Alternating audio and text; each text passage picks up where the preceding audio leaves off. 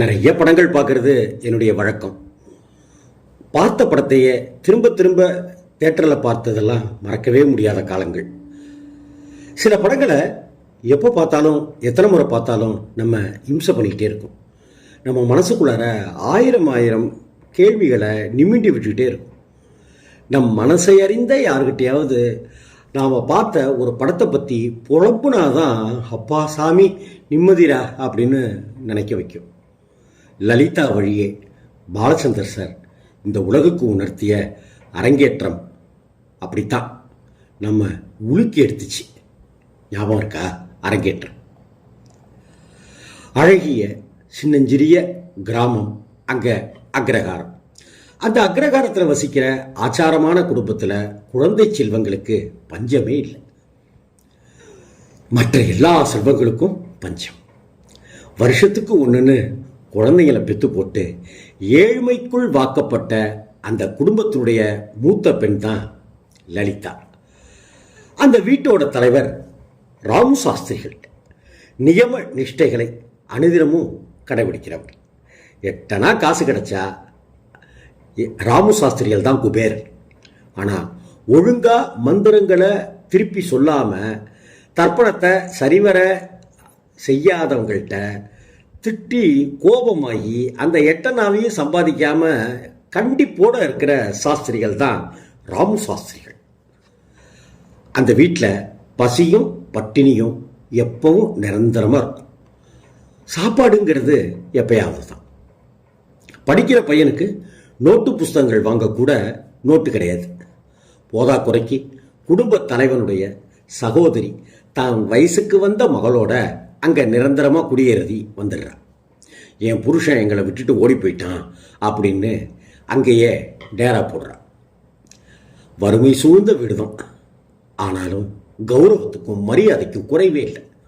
ஆனால் வறுமை தானே நம்ம குடும்பத்தோட எதிரி அப்படின்னு புரியுது மூத்தவள் லலிதாவுக்கு.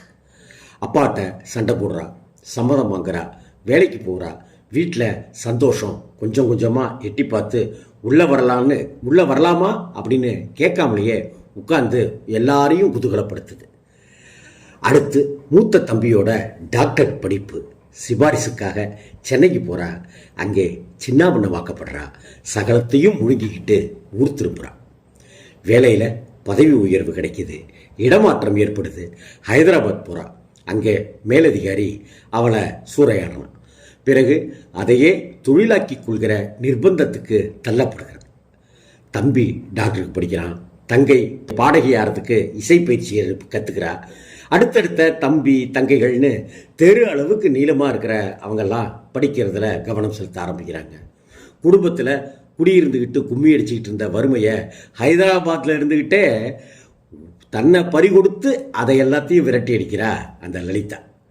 அடுத்தடுத்த நிகழ்வுகளில் சமூகம் லலிதாவை எப்படி பார்க்குது, அந்த குடும்பத்துக்கு தெரிஞ்சதும் லலிதாவை அந்த குடும்பம் எப்படி பார்க்குது, இதையெல்லாம் காட்சிக்கு காட்சி நம்ம சட்டையை பிடிச்சி உலுக்கி எடுத்து சொல்லியிருக்கிறது தான் அரங்கேற்றம்.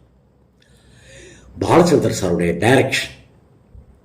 டைட்டிலேயே கோயில் வழிபாடு, ராமு சாஸ்திரிகளுடைய தர்ப்பண சிரத்தை, அதை சரி செய்யாதவர்கள் மீது கோபம், ஊர் எல்லையில் உள்ள சுமைதாங்கிகள், ஸ்ரீகணேச ஸ்ரீகணேச ஸ்ரீகணேச பாகிமாம்னு வீட்டு வாசல்களில் எஸ்வி சுப்பையா எடுக்கிற உஞ்ச விருத்தி, சுவரில் இருக்கிற சீரான குடும்பம் சிறப்பான வாழ்வு அப்படிங்கிற குடும்ப கட்டுப்பாட்டு விளம்பரம், அந்த விளம்பரத்துக்கு நேர் மாறாக மந்தை மந்தையாக செல்லுகிற ஆடுகள், ஆட்டுக்குட்டிகள், மேய்ச்சலில் இருக்கிற மாடுகள், கன்றுகள், ஆற்றுல நீந்திட்டு இருக்கிற வாத்துக்கு கூட்டம், அம்மா ராப்பிச்சம்மா பசிக்குதுமா அப்படிங்கிற க்ஷீணமான ஒரு குரல், கடைசியா தலைக்கு மேலே ஏற்றி வச்சிருக்கும் சுமையை அந்த சுமைதாங்கி கல்லில் வைக்கிறது.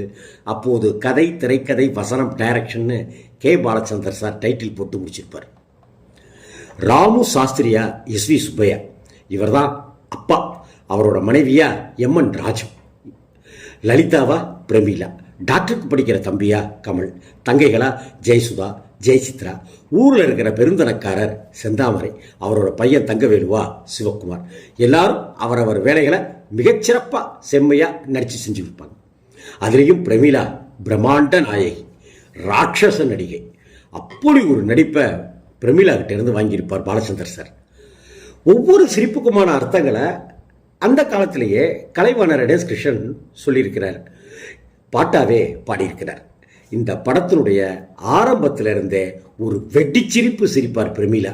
அதுதான் அவருடைய கதாபாத்திரம், குணச்சித்திரம். இந்த சிரிப்பே படத்தினுடைய மொத்த ஜீவனையும் நமக்கு கடத்தி சொல்லிடும். அந்த சிரிப்பு தான் இந்த சமூகத்தையும் அவலங்களையும் பார்த்து சிரிக்கிற கேவலமான சிரிப்பு. கிழிசல் புடவையோட பிரமிளா இருப்பார். சிவகுமார் அவருக்கு புடவை வாங்கித்துருவார். அதை பிரமிளாவோட அப்பா எஸ்வி சுப்பையா பார்த்துருவார். எல்லாரும் வீட்டில் சாப்பிட உட்காந்துருப்பாங்க. வீட்டில் ஒருத்தர் தப்பு பண்ணியிருக்காங்க, ஒரு தப்பு நடந்திருக்கு, அது மன்னிக்கவே முடியாது அப்படின்னு பொதுவாக பேசி உருன்னு இருப்பார். அதுக்கப்புறம் தான் சாப்பிடணும் அப்படின்னு எஸ்வி சுப்பையா சொல்லுவார். அப்போது அம்மா ராப்பிச்சம்மா அப்படின்னு குரல் கேட்கும். இதை பண்ணினத்துக்கு பிச்சை எடுக்கலாம் அப்படின்னு எஸ்வி சுப்பையா சொல்லுவார். கடைசியில் அந்த புடவையும் பிரமிளாவோட சாப்பாடும் அந்த பிச்சைக்காரிக்கு போகும். நம் மனசு கனமாயிடும். அத்தைக்காரி, பிரமிளாவுடைய அத்தைக்காரி பெரிய சினிமா பைத்தியம். சினிமாவுக்கு போக காசு கேட்பான். போவோம். வீட்டில் சாப்பாடே இருக்காது. சின்ன பையலுக்கு செம பசி. யாருக்கும் தெரியாமல் வெளியே போய் ராப்பிச்சக்காரிட்ட சாப்பாடு வாங்கி சாப்பிடும். இதை தெரிஞ்சதும் நொந்து போயிடுவா அம்மா. அவமானப்பட்டு அடி விளாசி தள்ளிடுவா அந்த பையனை. பசியை பொறுத்துக்க முடியலையா உனக்கு அப்படின்னு அடிப்பா. அப்போது உனக்கு கோபத்தை பொறுத்துக்க முடியல, அத்தைக்கு சினிமா ஆசை, அந்த ஆசையை பொறுத்துக்க முடியல அப்படின்னு பிரமிளா சொல்லும். அன்னைக்கு நைட்டு நடந்த அவமானம் தாங்காம எல்லாருக்கும் விஷம் கொடுத்து கொன்னுடணும், வறுமையிலிருந்து தப்பிக்கிறதுக்கு அதுதான் வழின்னு எம்என் ராஜம் விஷம் அரைச்சிட்டு இருப்பாங்க. அதை தடுத்து காப்பாங்க பிரமிளா. இனிமே நான் தான் உனக்கு அம்மா, ஏன் ராமு சாஸ்திரிகளுக்கும் சேர்த்து தான் நான் அம்மா அப்படிம்பார் பிரமிளா. தன் குடும்பத்துக்காக, குடும்ப நன்மைக்காக எதையும் செய்ய தயார் மனநிலைக்கு அவ வந்துட்டா அப்படிங்கிறத இங்கே இந்த இடத்துல சொல்லாம சொல்லியிருப்பார் பாலச்சந்தர் சார். சென்னையில் அந்த அதிகாரி தன் உடல் தேவைக்கு லலிதாவை பயன்படுத்திக்கிட்டு தம்பியோட டாக்டருக்கு படிப்புக்கான சீட்டு கொடுக்கறதா சொல்லுவோம். பரவாயில்லையே, காசு பணம் எதுவுமே இல்லாமல் காரியத்தை சாதிச்சிட்டியே அப்படின்னு ஒரு பெண் பிரமிளாட்ட கேட்பாங்க. உடனே பிரமிளா காசு பணம் இல்லாமலும் காரியத்தை சாதிக்க இங்கே வழி இருக்கு அப்படின்னு சிரிச்சுட்டே சொல்லுவார். கேட்குற அந்த பொண்ணுக்கு தெரியாது, ஆனால் படம் பார்க்குற நாம தான் அழுதுகிட்டே கைதட்டிட்டு இருப்போம். தங்கைக்கு திருமணம். ஊர்ல இருந்து வந்திருப்பார் பிரமிளா. அம்மா எம்என் ராஜம் பிரமிளாவோட கண்ணில் படாமல் அப்படி இப்படின்னு போயிட்டே இருப்பார். பார்க்கவே மாட்டார். பார்த்தா அம்மாக்காரி மாசமாக இருப்பாங்க. அதாவது பொண்ணுக்கு கல்யாணம் நடக்கிற வேலையில் அம்மா கர்ப்பமாக இருப்பாங்க. மூத்த மகளை பார்க்க, அதனால திருமணம் ஆகாத மூத்த மகளை பார்க்கறதுக்கு வெக்கப்பட்டுக்கிட்டு நாணி கூணிக்கிட்டு அப்படி இப்படின்னு சுற்றிக்கிட்டு கண்ணில் அப்படாமல் இருப்பாங்க. இதெல்லாம் தெரிஞ்சிடும் பிரமிளாவுக்கு. அப்போ பின்னணியில் அம்மா ராப்பிச்சம்மா அப்படின்னு குரல் கேட்டுக்கிட்டே இருக்கும். செருப்பால் அடித்த மாதிரியான காட்சி இது. எம்என் ராஜன் கூணி குறுகி போயிடுவார். பிரமிளா வெச்சக்கண் வாங்காமல் அம்மாவே பார்த்துட்டு இருப்பார். ராப்பிச்சைக்கு உணவு போடுகிற சாக்கில் நழுவி வாசலுக்கு போயிடுவார் அம்மா. அந்த வாசலுக்கே வந்து நிற்பாங்க பிரமிளா. உங்ககிட்ட ஒன்றே ஒன்று கேட்குறேன், இத்தனை வருஷமாக இங்கே இருக்கியே, இதை நீ பார்க்கவே இல்லையாம்மா அப்படின்னு பிரமிளா கேட்பாங்க. கேமரா அந்த சொன்ன திசையை காட்டும். அளவற்ற குடும்பம், இரண்டுக்கு மேல் எப்போதுமே வேண்டாம் அப்படின்னு ஒரு குடும்ப கட்டுப்பாட்டுக்கான விளம்பரம் இருக்கும். தியேட்டரை வெடித்து சிரிக்கும்.